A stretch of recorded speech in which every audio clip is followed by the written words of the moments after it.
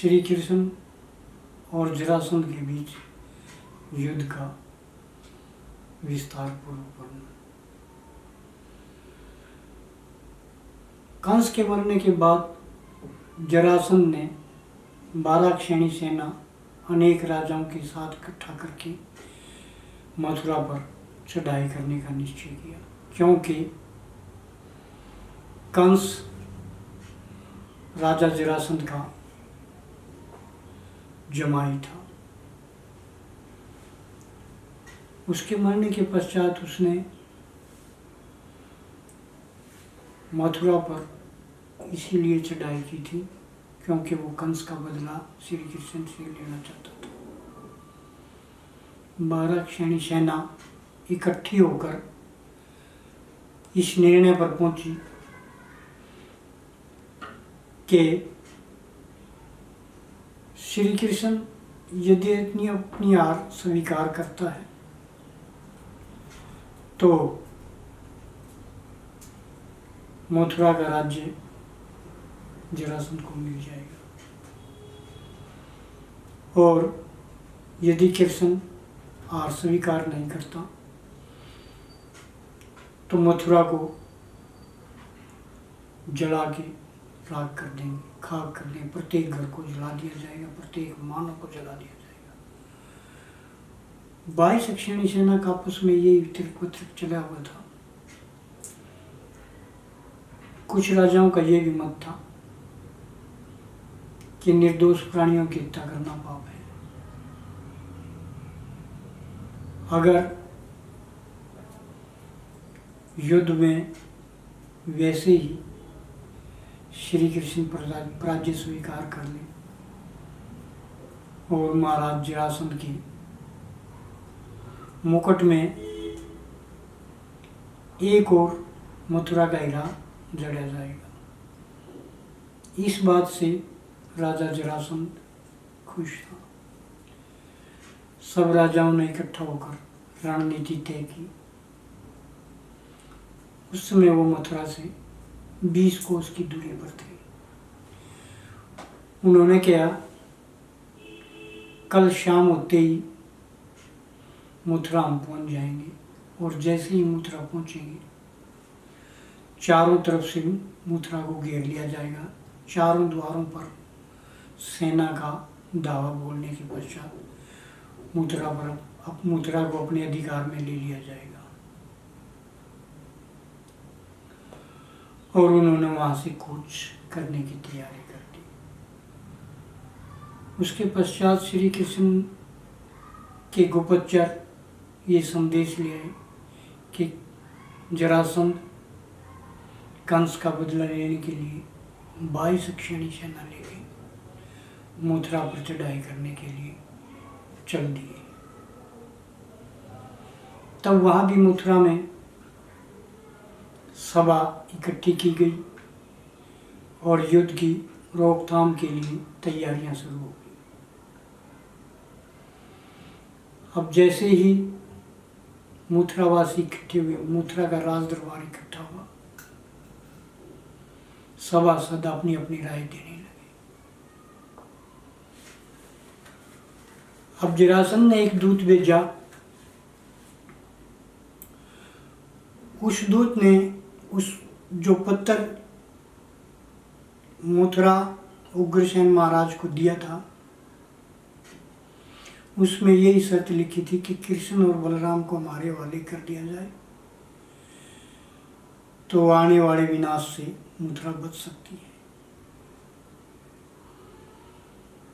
जब पत्र संधि का पढ़ा तो उसमें मथुरा के सभासद एक दूसरे पे आमने सामने, कोई किसी दिशा में बात कर रहा था, कोई किसी दिशा में विपरीत बोल रहा था। ज़्यादातर सभासद यही थी कि हम लड़ाई करेंगे और जिसने कंस जैसे पापी से हमें मुक्ति दी उसे हम जरासंध के हवाले नहीं करेंगे। कुछ राजाओं ने कहा, यदि एक दो मनुष्य के मरने से सारा प्रजा, सारी मथुरा बसती है तो इसमें हर्ज ही क्या। अलग अलग मत थे। तब राज दरबार में भी रोकथाम की तैयारी शुरू कर दी गई। कढ़ाई तेल के उबाल लिए गए। सैनिकों को आदेश दिया गया, चारों द्वार बंद कर दिए गए मथुरा के, और लड़ने की तैयारी की।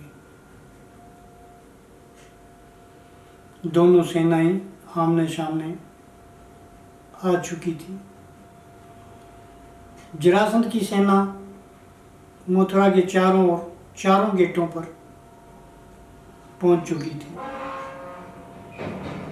तब वो गेटों को बंद देख के उन्होंने क्या, घास फूस और तेल लगा के सारी मथुरा को फूंक दिया जाए।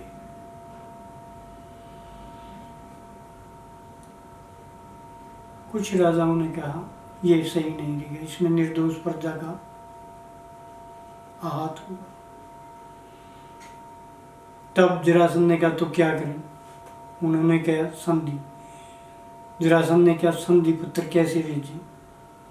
तब काफी पत्रें लिख के और तीर कमान पे पत्रों को लपेट के और मथुरा में पत्रों को तीर के द्वारा पहुंचा दिया गया। हजारों तीर मारे। सब पे एक ही संदेश था, यदि आप जीवित रहना चाहते हो, मथुरा की भलाई चाहते हो, कृष्ण और बलराम को हमारे हवाले किया जाए। तब श्री कृष्ण ने भी ऐसा ही मत दिया कि हम चले जाएंगे।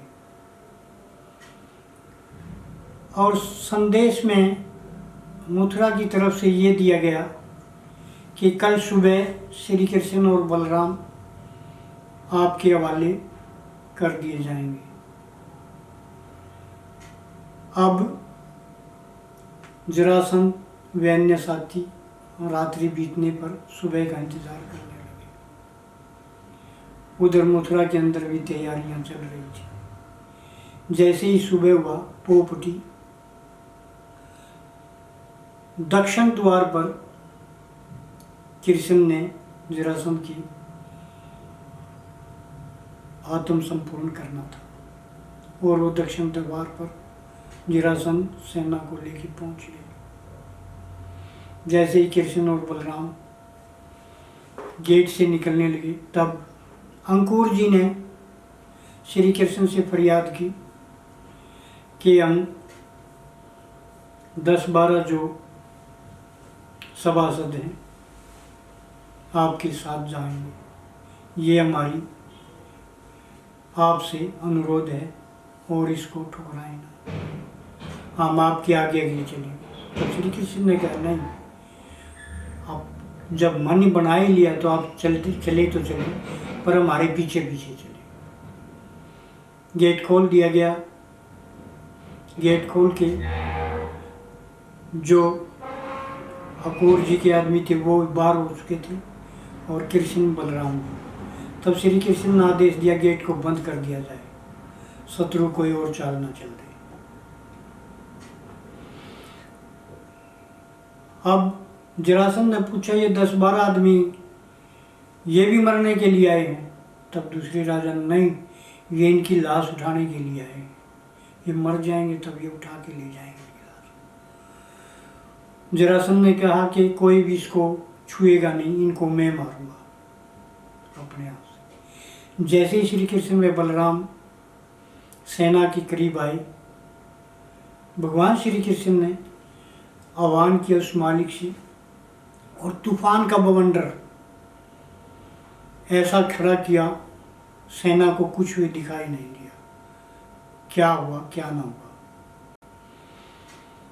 और बिजली हर ओर व्याप्त हो चुकी थी, सारा एरिया थर्रा चुका था। जो सेना के घोड़े थे वो इधर उधर दौड़ने लगे थे, बिजलियां कड़कड़ाने लगी थी। तभी उनने क्या, ये क्या, मेरे को दिखाई नहीं था। एक दूसरे के साथ सैनिक ऐसे ही वार्तालाप कर रहे थे। तब श्री कृष्ण भगवान की ऊपर से महिमा के अपोष से, स्वर्गलोक से 3 रथ आए। रथों के ऊपर जो संचालित करने वाले होते हैं वो भी थे। और जब उन्होंने आमना सामना युद्ध का हुआ तो श्री कृष्ण ने अपना चक्कर छोड़ दिया। उधर बलदाऊ भैया ने अपना हल पूरी पावर के साथ चलाया। जैसे ही दोनों सेना को क्षति करने लगे और जो 10-12 आदमी अंकुर के साथ थे वो भी, उधर वो सारी सेना तहत नहस हो गई। श्री कृष्ण ने बलराम से कहा, बलराम हमने जरासंध को मारना नहीं है, ये छोड़ देना है, क्योंकि ताकि दोबारा ये हमारे पर जो राजा इधर उधर इनके साथी हैं उनको भी ले आए, क्योंकि पाप से ज़्यादा लगाव है इनको, तो वो भी साथ में फिर दूसरे युद्ध में मारे जाएंगे। ऐसा कहने के बाद बलराम ने जरासंध के साथ युद्ध तो किया पर वो मारा नहीं। और युद्ध करने के बाद सारी सेना जब कुछ 73 कुछ ज़्यादा सेना मर चुकी थी, तब जरासंध चाहता था ये मुझे मार दे, क्योंकि ऐसी जिंदगी को जीने का भी क्या लाभ है। तब जरासंध वहाँ से चली गई और मथुरावासी खुशी मनाते हुए हर गली बाजार मोहल्ला सजाया गया, खुशी मनाई गई। बोलो जय कृष्ण भगवान की जय।